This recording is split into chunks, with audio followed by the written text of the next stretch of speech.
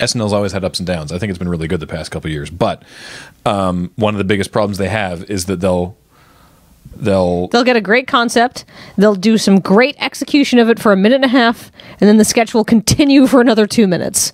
Yeah, well, and they will repeat the jokes in a slightly different but not as good way the second time, obviously. Well, there's two distinct problems actually. That's one of them. Right, that's more just too long. Yeah, is they get in and it's like, here's the funny thing, and then they keep doing the funny thing. There's no like getting in, making it funny, and leaving. And they probably don't have that luxury because they can only do a certain number of sketches. But they cut sketches. Oh, I know. But like, that's a writing problem. That's not a... What I'm concerned with specifically is that they'll have a setup and it will sort of go along for a little bit and then just cut to commercial.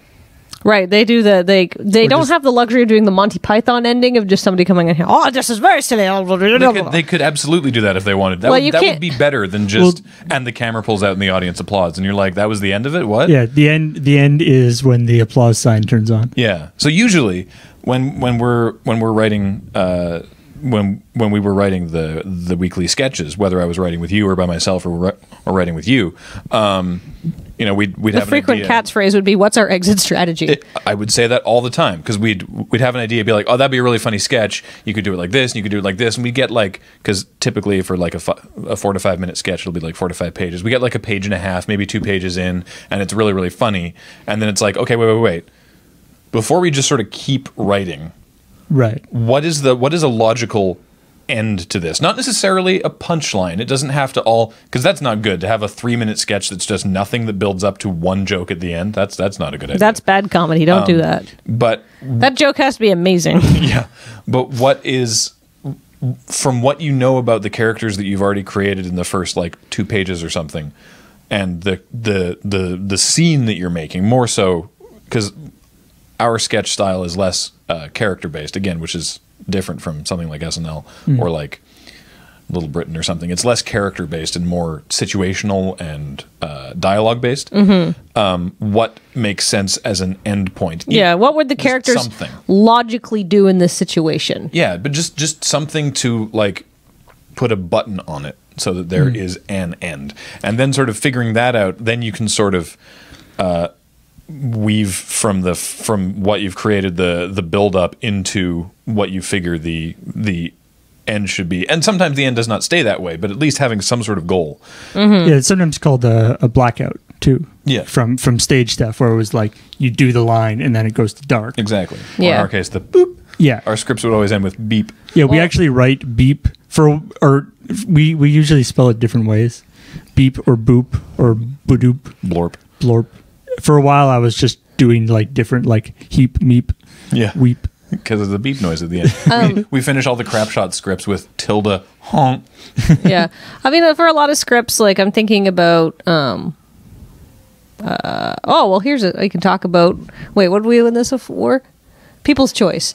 The Goldie Award winning People's Choice sketch, The Pair. Yeah. Which I wrote after a flash of inspiration upon seeing a pair of very colorful, unique, exciting underpants in my communal laundry room and thinking that you have to have a lifestyle to go with those.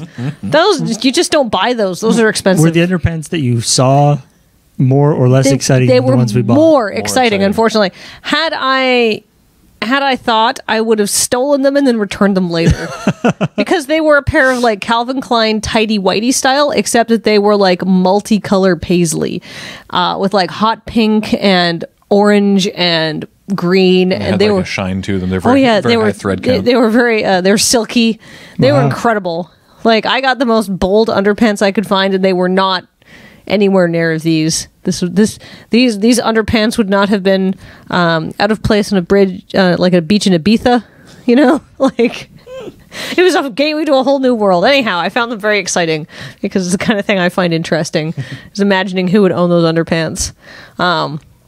Anyhow, so I wrote that, and I thought, well, what if, I actually found these, or some characters found these, and like, what is the logical conclusion? Like, how do you stop arguing about these crazy underpants and like, something has to cut this sketch off.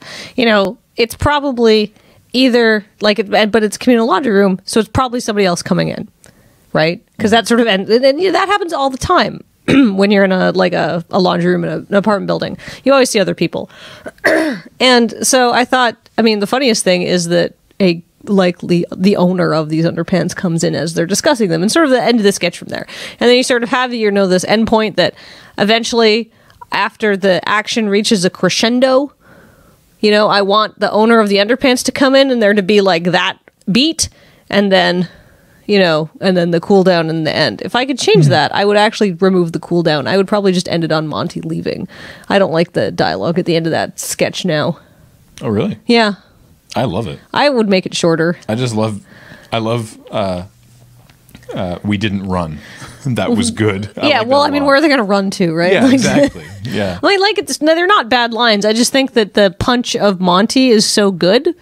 Monty being the name of the actor who played that unnamed character. So, he's been retconned as Monty. The punch of Monty coming in and then slinking away from these two crazy people is so good. You don't actually need anything more after that. So there's I often do that. I write a sketch and I'm really happy with it and I go over with it and I sort of polish it and then it gets filmed and I'm like, oh, I would change these things because nothing's ever perfect. I'm just sort of looking through recent sketches. And it's sometimes... If you're wondering why I'm on my phone. Sometimes it's, where the actual...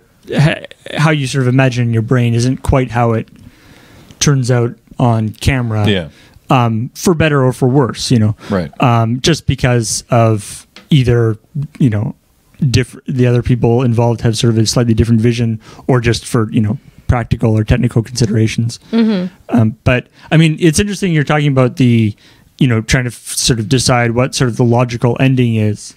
Because, I mean, I find I often go kind of the other way, right? It's like you figure out what the logical ending is and then do the opposite of that. Oh, I've done that before. Well, I mean, too. Obviously, I'm not talking about what the characters would do if they're perfectly reasonable people. I'm talking about, what a believable for the audience endpoint of a sketch would be. Maybe somebody just gets fed up and they run off screaming, or they have a complete mental breakdown or something. But something, you need an endpoint for a sketch that not necessarily is the thing that a sane person would do, because obviously the people in sketches are all have their own kind of weird problems.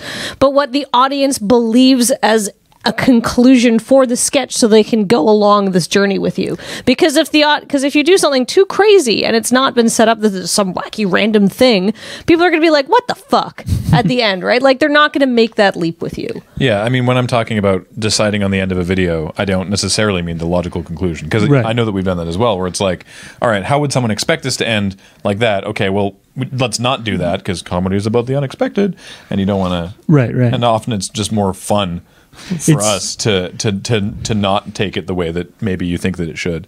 I mean, I was thinking about the sketch I did, the money laundering. Yeah, dirty money one, and that was one of those ones where I had this idea of a guy coming, in this confusion about money laundering versus actually physically washing money, which is not it's not like breaking new ground. Right. And so I was like, I don't want this to end. I don't want this to be the guy is coming to get his money laundered, and the person behind the counter actually and brings him back really nice shiny money. Yeah, because that seems kind of lame. I was like, what if it's the other way around? The guy is wanting his money. He wants his money cleaned, and the guy behind the counter is actually a illegitimate banker who wants to turn it in. And then we find out that this world that they both live in is somehow this bizarre world in which the actual act of cleaning money, laundering money, is itself illegal. Yeah. And running your money through, multiple shell corporations to make it not illegal anymore is fine. And so, but if as Tide comes in contact with that money, you are in trouble, mister. Beach's character in that thing is actually a legitimate businessman. It's totally fine. But you have this idea. We do that a lot, I think, where we're looking at the sketch, the little world that we're sort of creating, and coming up with things that make sense internally. Right. It's like the internal logic of this world, where I can't think of a good example apart from that, but it's the audience doesn't realize until halfway through that XYZ thing is totally accepted and okay in this world. Right. Because all the characters are like, that seems perfectly reasonable to me. And then as the viewer, you're like, what is going on? Yeah, I mean, I think that, that's something that that's sort of a common thing that I kind of play with.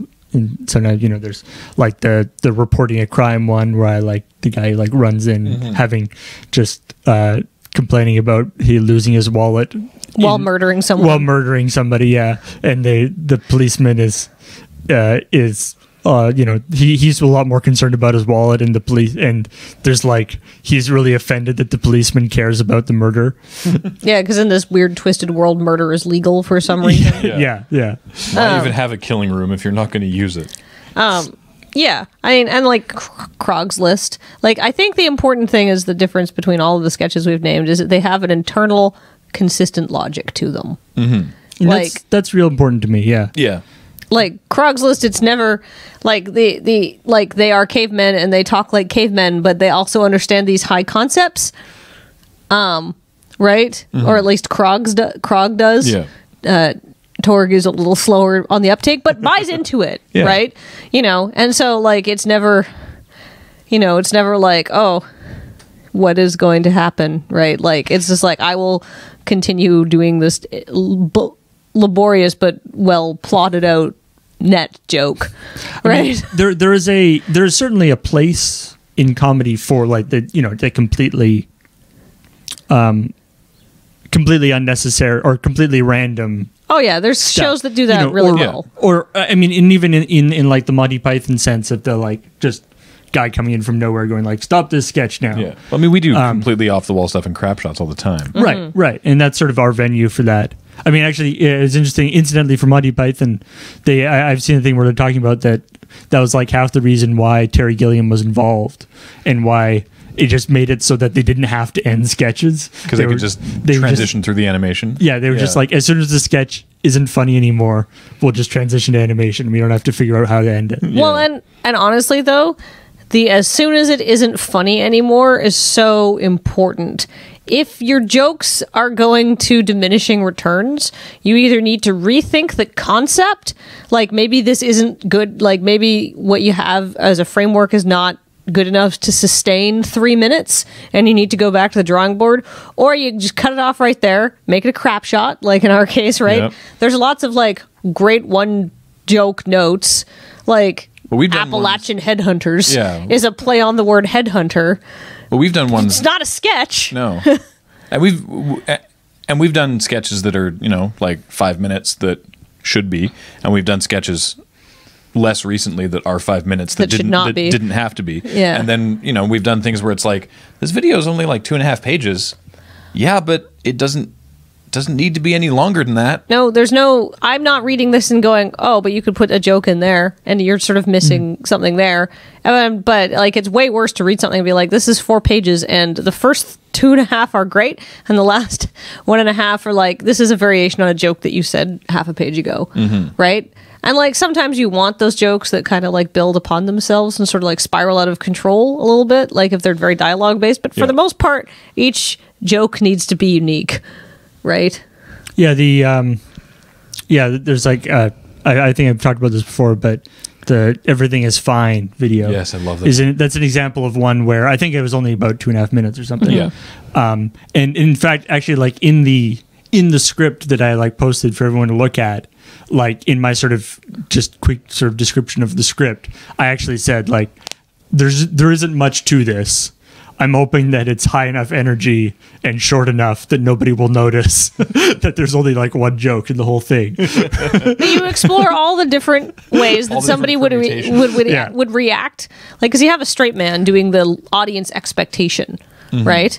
And you explore all the different ways that he would react to that. And then when he's done being out of fresh ways to react, the sketch is over. Yeah. Right? I mean, that's like I would do that a lot with stuff when we're looking at like open and shut, where the guy's breaking up with the room full of people. Or I was watching last night the Assassin's Creed one with you and Andy talking about like the new Assassin's Creed trailer, right? It's like, okay, what is every feasible question that someone could have about this? Can I address that question in a funny way? If so, yes. And then if I can't address that question in a funny way, don't bring it up in the video. And then make sure that I've addressed as much as I can and then get out. And there's Yeah, a transition between them, and that's, Yeah. Yeah, Spring is another example of a video that's like short. Yeah. Like it's quite short, and it's basically the same joke over and over again. Yeah.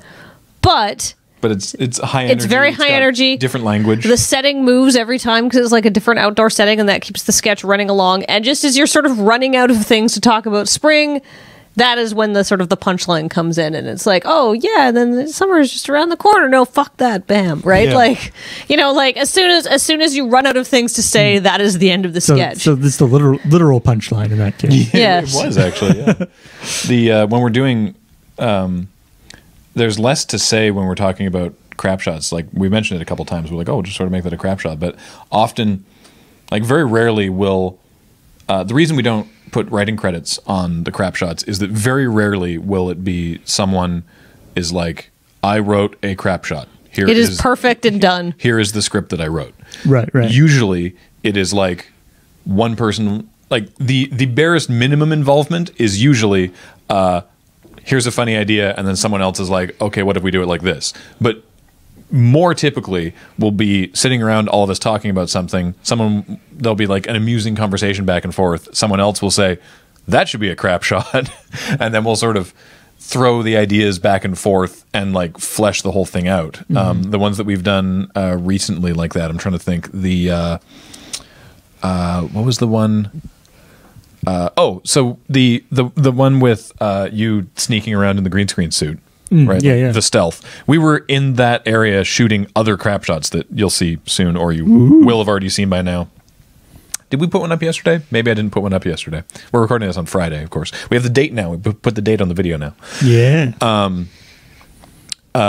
And we're like, well, okay, so we have 3 scripted that we want to do there. Be good if we could shoot another one, because it'd be nice to get 4. Is there something else we could shoot when we're there? And Paul was like, well, maybe something with a guy like pretending to sneak around in the green screen suit. I'll bring the green screen suit. Yeah. We're like, okay. And so then we were there, and you're like, I have to go in 20 minutes, so I'm going to put this on, and we'll do this. And it's like, okay, sure.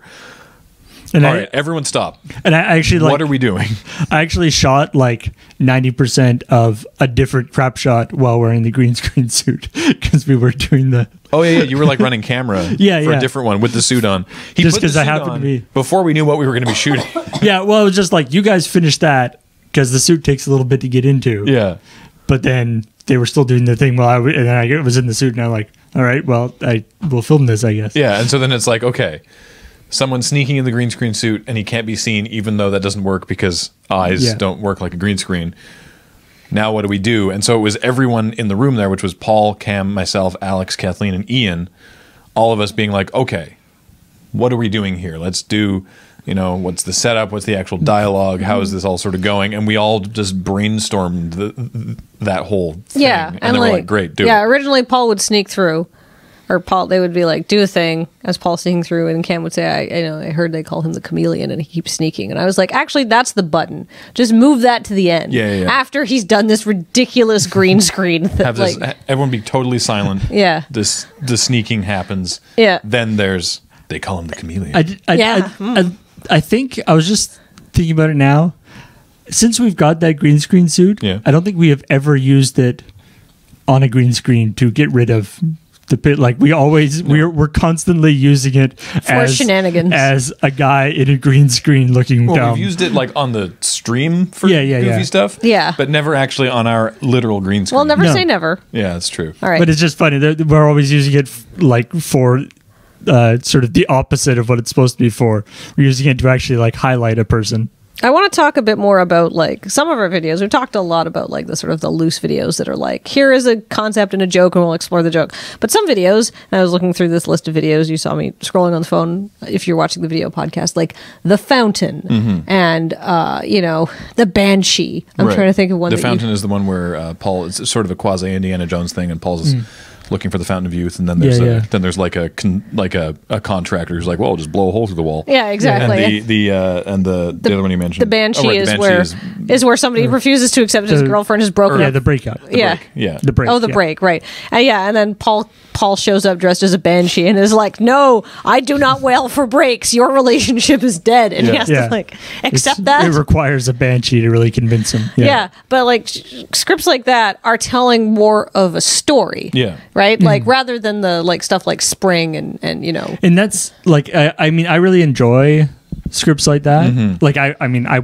watch a lot of TV and I watch a lot of movies and stuff. And like a lot of scripts will come out of like watching an episode of TV and being like, you know, obviously they're doing it the way they're doing it, you know, in CSI or whatever. It's a serious show, but it's like, but wouldn't it be funny if this situation happened and something different happened, right? Like, you know, the guy they're interrogating farts in the middle of the interrogation or whatever, you know, and then so you're like, okay, that's a funny idea. The problem is, in order the reason why that's funny is because I have watched 5 seasons of CSI. Right. I know all these characters. Right. I know the context. I've just watched a 40-minute long, you know, TV show of that, and then it's funny. Right. And so you're like, okay, so how can I get a similar feeling? Yeah, how can I tell a story in 3 minutes? Yeah, in 3 minutes, or you know, 3 or 5 minutes or whatever. Yeah. And I mean, writing like a sketch that does take you through like a beginning, a middle, and an end and sort of resolve a little character arc I think it's a different process, right? Like that one you have to pay. Like when you're writing something like Spring, I mean, I just keep going back to that one because it's so wonderfully illustrative of that style of sketch. You don't need to characterize people and give them motivations other than you love Spring, you're being assaulted by someone who loves Spring, right? Yeah, that's honestly a kind of sketch that we do the least of. Yeah. Like it felt I love how it turned out, but it felt weird at the time. And even you were talking about how you put that sort of disclaimer on everything is fine. Yeah. But yeah, like I wanted to do the Spring video, and in my head I'm like, I think I see how this is going to work out, but we're so used to what is this person doing, what do they want, why are they doing it, I need to set this up, right? Because I don't think that kind of sketch has ever necessarily been our strength, the sort of like random pow energy explosion. Well, when we do them well, but we don't do them often because we don't often come up with those kind of ideas. No, like our thing is more like something more like Krog's List, where we're just sort of like, we'll make a random joke, like, you know, like Krog's List, it Craigslist for cavemen, ha ha ha, and like, oh, that could be kind of funny. Oh, actually, okay, and then we, you know, let's make these incredibly technologically literate do all cavemen. this dialogue and stuff, and I mean, Krog's List is basically an excuse to make puns. I love it. I love in it so caveman much. outfits. Like I'm thinking, we should do some more of those. Oh, yeah, we were talking we about want that. to. We want to do more of the crap shots because we keep coming up with ideas. Not that I think we've written any of them down. God, everyone, write down your ideas. But yeah, I definitely want to do more Krog's List jokes. Like here, like you remember the sketch that gave us the Sigma Theta Delta sorority girls? Yeah. That's like, of course, that STD girls. Yeah. Because they're just horrible. Like they're making fun of everybody has gone to college with people like this, male and female, who are way more interested in partying and sexing and having a good time than they are in pursuing their education. And invariably, you have been in group project work with these people, and you just want to fucking kill them. Actually, I had some bad experiences like that in university because I was a serious student.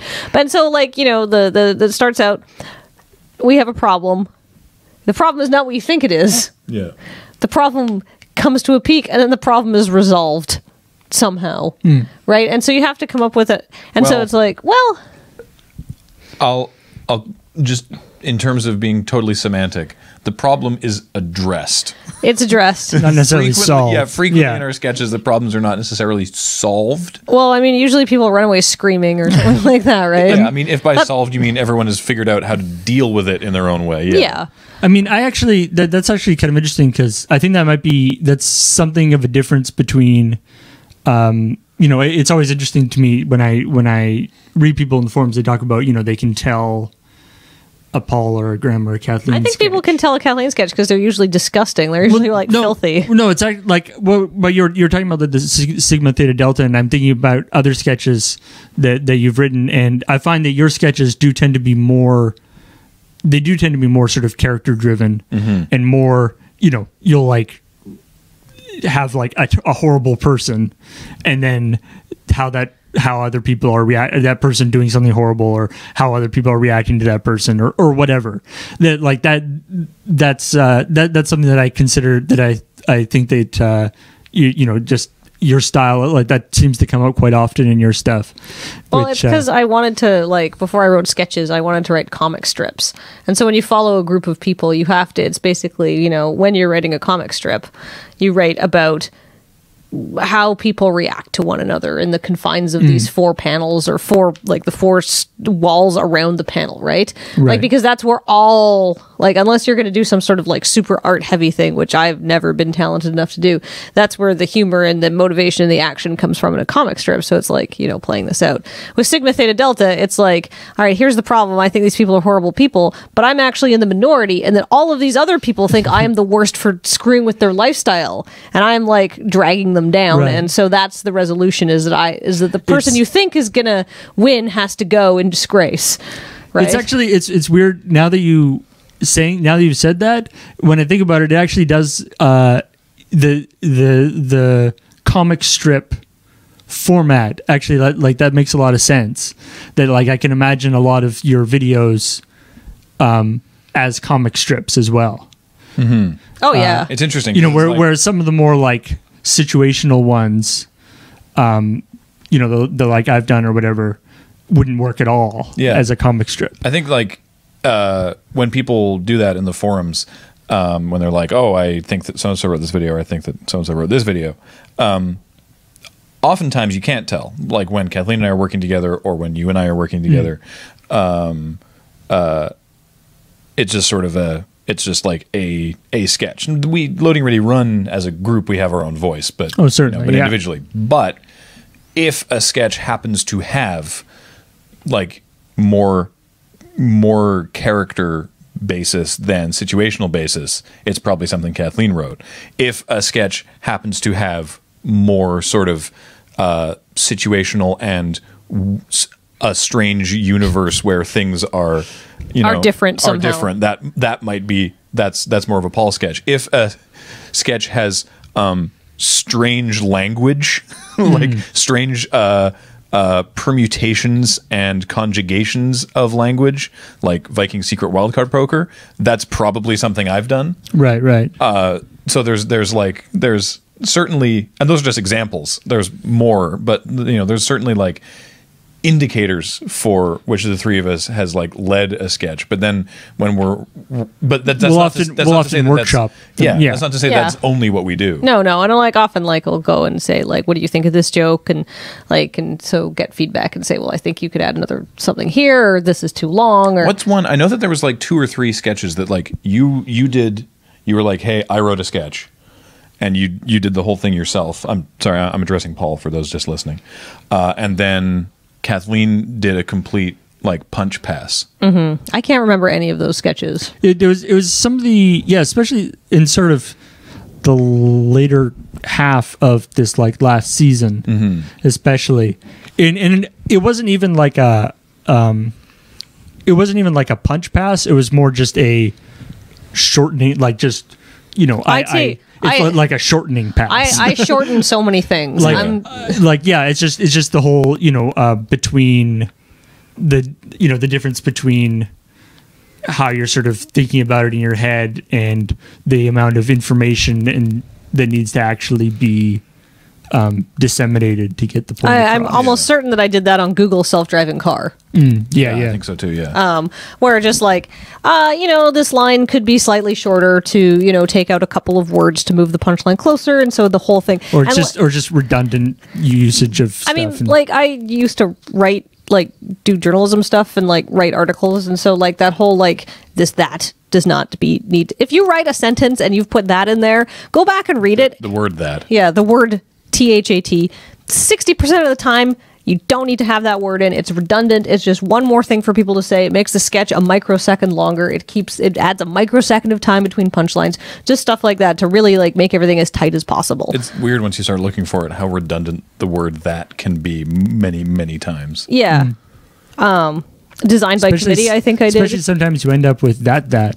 Yeah, exactly. Oh, puncher. I did a lot of shortening on puncher just for your descriptive text when you're talking, like when you're doing the Kickstarter pitch, because you wrote it out exactly like a Kickstarter pitch, but you don't need to be that verbose when you're talking. And then Kickstarter pitches are generally written, to be read. So I just like cut like probably like a third of the paragraphs out, but kept all of the same things there. Yeah, it's just repeating stuff and that kind of thing. It's interesting. Something that I've had to, when you talk about how, because you were doing sort of games journalism, something that I, early on when we were doing Checkpoint, that I had to be like, no, with you, was writing the Checkpoint stories in a manner that is meant to be read aloud. Oh, I always put a lot of work into writing the leads. Yeah. So much work. That's the first sentence of a story that's supposed to sucker you in. LEDE. Yeah. But when the way we do Checkpoint now that we've settled into for the past sort of couple years is that Kathleen and I we will write the stories that we are going to read. But previously, like back in ENN days when it was the three of us and Jer doing the writing, and then for early in Checkpoint as well, we would sort of all like help write everyone else's stories, or be like, hey, I wrote this story, who's going to read this? And we'd sort of like divide it up like that. We'd actually sort of come with the stories already written and then divide them up afterwards. Yeah, and we realized sort of organically that stories that Kathleen writes and stories that I write, the other person can't deliver aloud as smoothly because they're written in sort of with a different cadence intended. And they're written very first person, right? Yeah. Well, it's just like the way that you, and again, I think that the way that you're writing Checkpoint stories now lends itself much better to Checkpoint, to that sort of style of delivery. But a while ago, like a story that you would write would be just so long. It'd just be worded. It'd be worded with an eye to being print. Yeah, with an eye to print rather than being read. Well, because that's how I was trained. Exactly. Now, if I went back to games journalism, they'd be like, I would have like my editor would be like, "What the fuck?" And I'd be like, "Well, I've been writing to read out loud for the past like 4 years." No, it'll be like falling off a bike. You'd be right back into it. Yeah. Yeah. You don't need like when you're writing something that somebody has to read, you need a lead, and you need to set up like, you need to say like, according to this and blah, blah, blah, blah, because those things are not apparent. But when you're just talking about it, you can just say, hey, have you heard this? This is what someone said. Yeah. Which is not something you should do when you're writing, because it's not clear enough. We've gotten a lot better at writing lower thirds, though. Remember we used to agonize over lower thirds? Yeah. Well, we do less lower thirds now, too. Yes, we only do one, because we had to have like That's 3 true. Per story. True. And the first 2 are always like fine, but the third one was always the struggle. Well, the problem with the lower thirds, and we would also change the pictures to go along with them too. Yeah, it's the text that is on the lower third of the image, which is why it's called a lower third. More than a third usually. Yeah. Anyway, the lower sixth. Lower sixth. Yeah. the trick with them for ENN and for Checkpoint was always not giving the joke away. Yeah. Right. Where it's like, oh, this is a funny thing.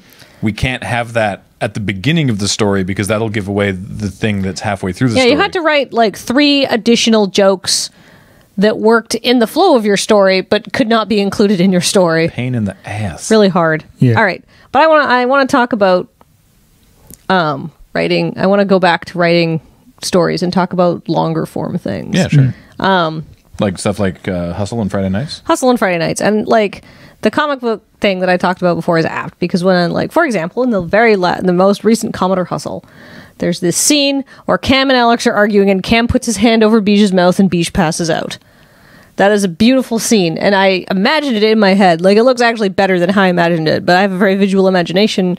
I wanted to be a cartoonist for many years. So in my head, I imagined it as the actual, like, pictures and dialogue balloons of how we get up to this point, right? So it's a very visual thing, and so I always go to what is the punchline of this comic, which is the punchline of the scene, right? Which is of course Bij passing out because Cam has some sort of iron grip, and how do we get there, and like how do you ramp the dialogue up to that point, right? Because what I really like about shows like Arrested Development and Archer's really good at this. Everybody's like, I don't really know why you like Archer so much. It's like, if you've seen Archer, the dialogue is amazing because there's so much energy. And I really think that when you're doing a longer scripted sequence, It's very boring just to have two characters exchanging information or discussing a problem if it's supposed to be a comedy. Like, if it's going to be a drama, you have the quality of the acting and the seriousness of the circumstance and, like, the... We cannot rely on quality acting. Well, exactly.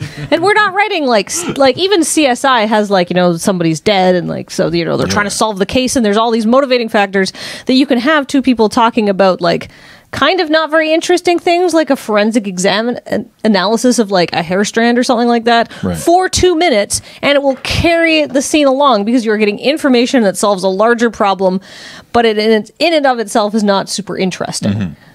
You can't do that when you're doing a comedy. Like, 30 Rock is also good at this. Like, every time, like, Liz would come into Jack's office, there'd be this, like, gradual escalation of ridiculousness and excitement and tension in the scene until you get to a logical breaking point and it goes somewhere else.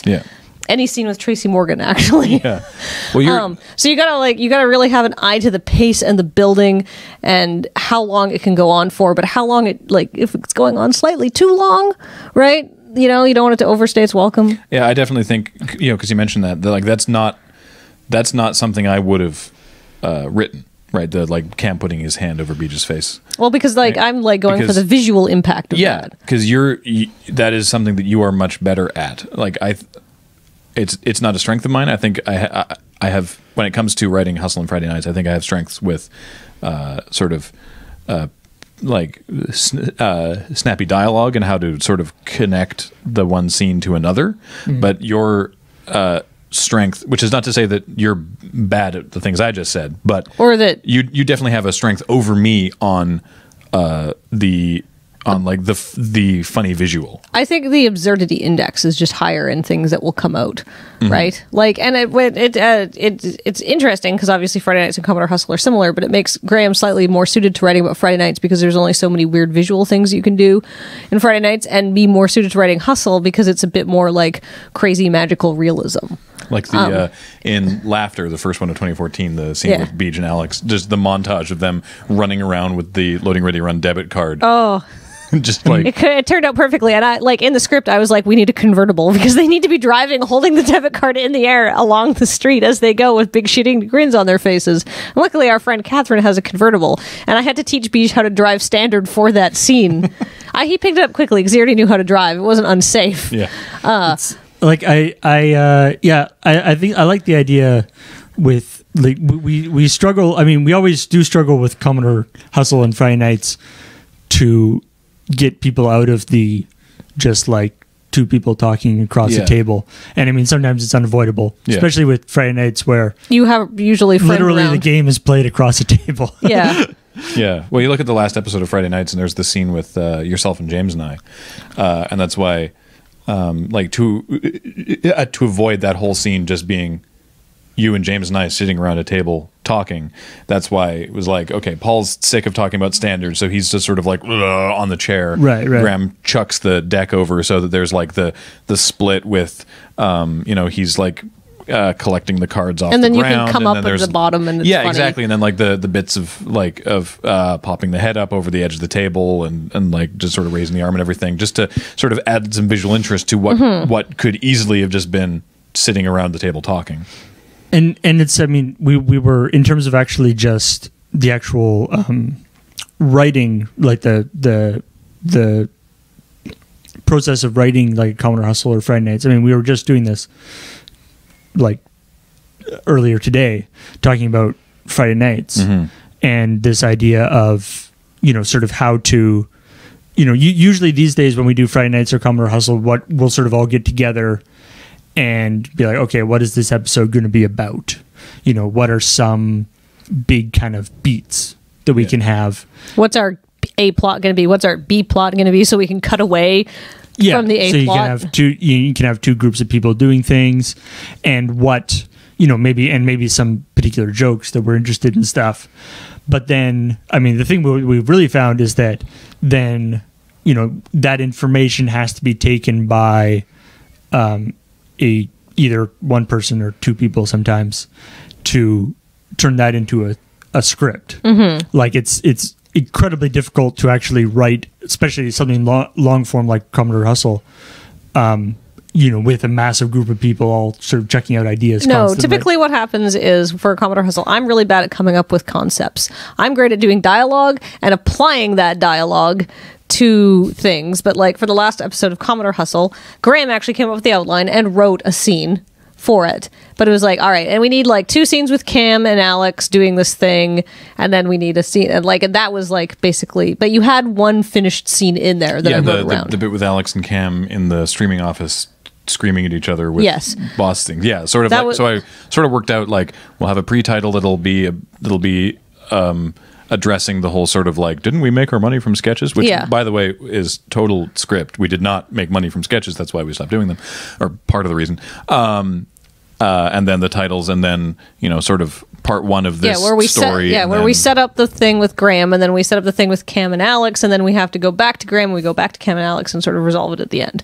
Yeah, and so yeah. I mean, it's actually we're at the point, especially with Commodore Hustle, where we can sort of literally like have the outline where it's like there will be 3 scenes with these people. There'll be 3 scenes with these people. This is the order. I don't know why it took us so long to work that out. This is what has to happen for this person. This has to happen for this person.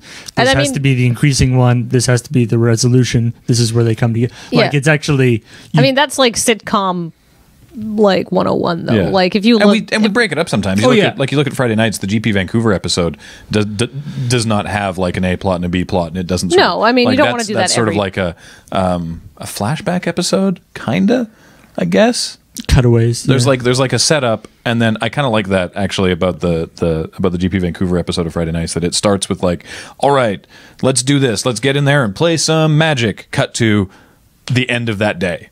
Right. And then you're hearing people talk about what happened. In that case, we're talking like it's literally a thing that happens at every GP is all you and your friends who are at the GP hang out afterwards and be like, well, here's what happened at my day. Right. And you tell your stories. It's if you've been to a GP, that's experience, because obviously you don't hang out the whole time. Yeah. Right. And so that's the sort of that's different. But generally the Friday Nights, we do like to sort of try and follow the A-B plot kind of thing. Because it turns out it's a good strat. The framework works for a reason. Yeah. Right? Because you're wanting to tell a story, and you're wanting to tell a couple of different stories, and then it's fun to have the 2 things intersect at the end in a unique and surprising way. Like at the end of Commodore Hustle, where they finally are like, let's get Graham and see if we can use his PS4, and he's just like, no, and then you find out that resolves your plot. It doesn't really resolve their plot, but then they break into our house. And sometimes you'll have it that it'll be very delineated, that it's like these 3 characters are doing this and these 2 characters are doing this, and it doesn't actually maybe it'll connect at the end, perhaps. But other times, again, in the most recent Friday Nights, it'll be like the sort of interaction. Yeah, like the main thing is this draft, and Alex and Cam and Kathleen are in the draft, but they also, between the 3 of them, are having this like sub conflict about the naming conventions of certain deck archetypes, and then they pull Paul into that as well, and then that loops back to the. I mean, one thing that was actually in the Friday Nights that went up today in particular, that I know we went back and forth on a little bit, was just a timing thing. Yeah. Which can be, especially when you're doing the A and B plot thing, can be a little tricky. Yeah. Because you're like, it's like, for instance, if you have like the draft part, and then we have some people talking, and then more drafting, and then people talking, and then it's like, well, these people are talking. What's everybody else like? Why is nobody else like that? Takes time. And so from a sort of, it's weird to talk about believability in the context of, a comedy sketch, but, as we were mentioned earlier, the sort of internal consistency. Well, yeah, because we were talking about, for that video, originally, I was like, well, okay, I feel like it would take Paul a while to come up with this plan. So that scene of him talking to Alex and Cam and Kathleen to talk about his new naming convention, that should be a couple days later.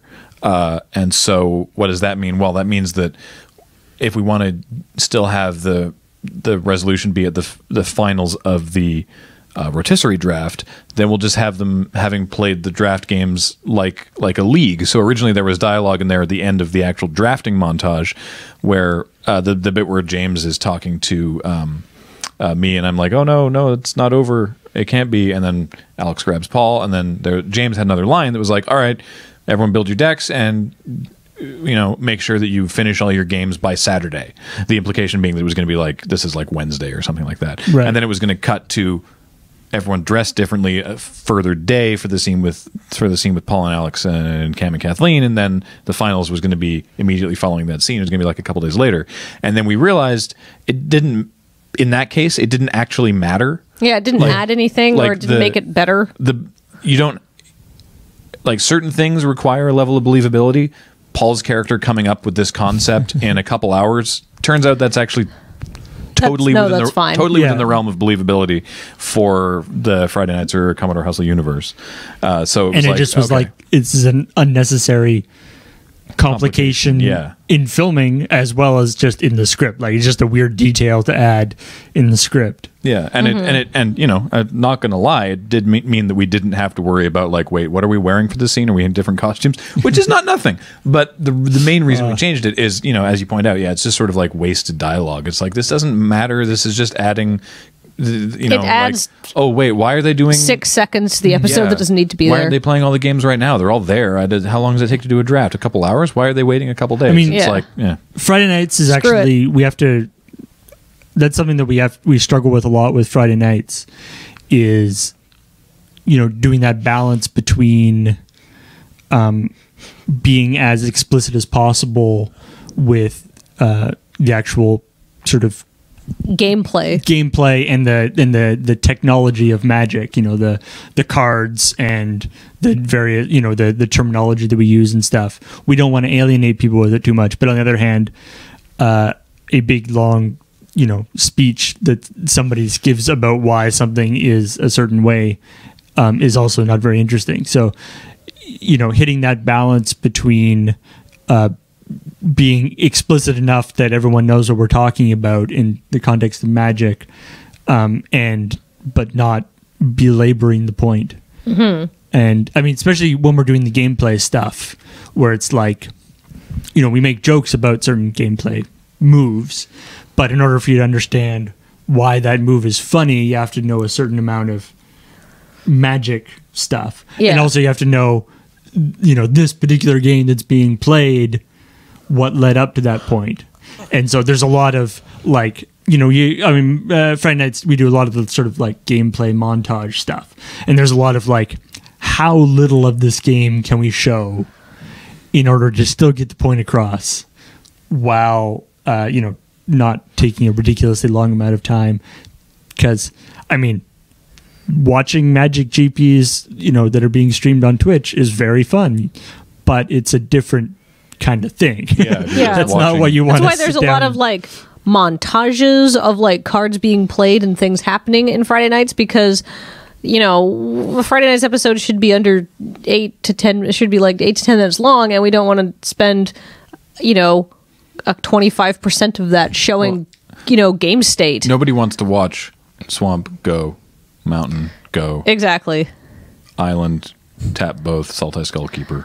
Yeah, pass. You can there is a lot of abstract a lot when it comes to Magic gameplay. There's a lot of funny stuff that happens during the course of a game, but it usually happens sort of towards the middle or the end of a game. And it's usually like one amazingly hilarious thing that happens in a game, and you don't want to show the entire game to get to that.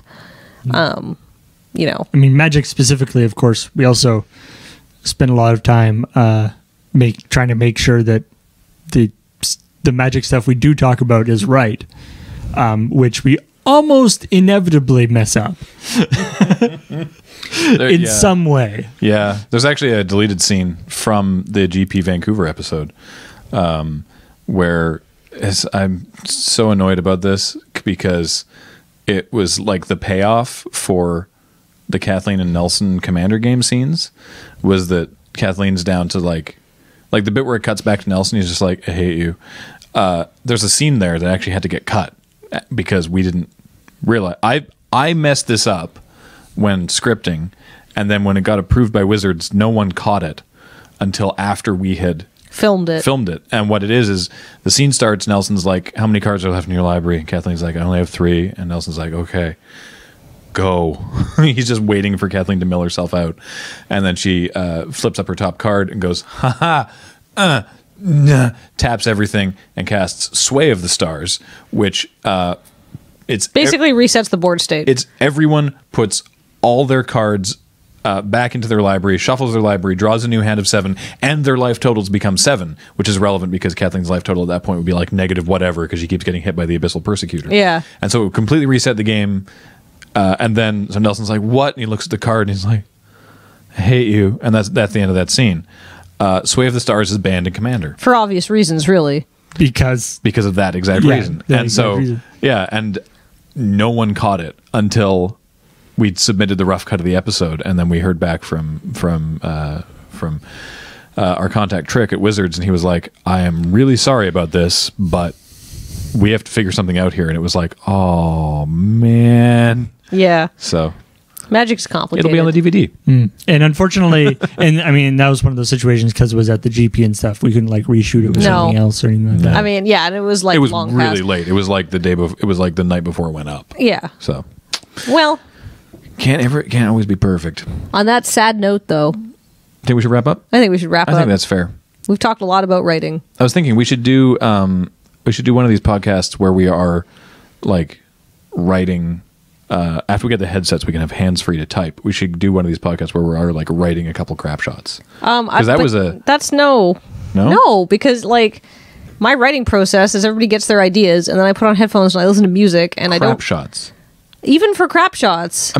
Remember when we did the panel at PAX East and it was hilarious and amazing? Yeah, but that would have a lot of audience interaction. Yeah. Okay. I'm sorry I suggested it. I think it'd be really funny. You can do it. Okay, fine. You won't be there. That's fine. My writing process, by the way, is to sit and listen to music. No, it is. Listen to music, get everything perfect, and then turn it around. Okay. Even if it takes 5 minutes, I can't concentrate while other people are talking to me.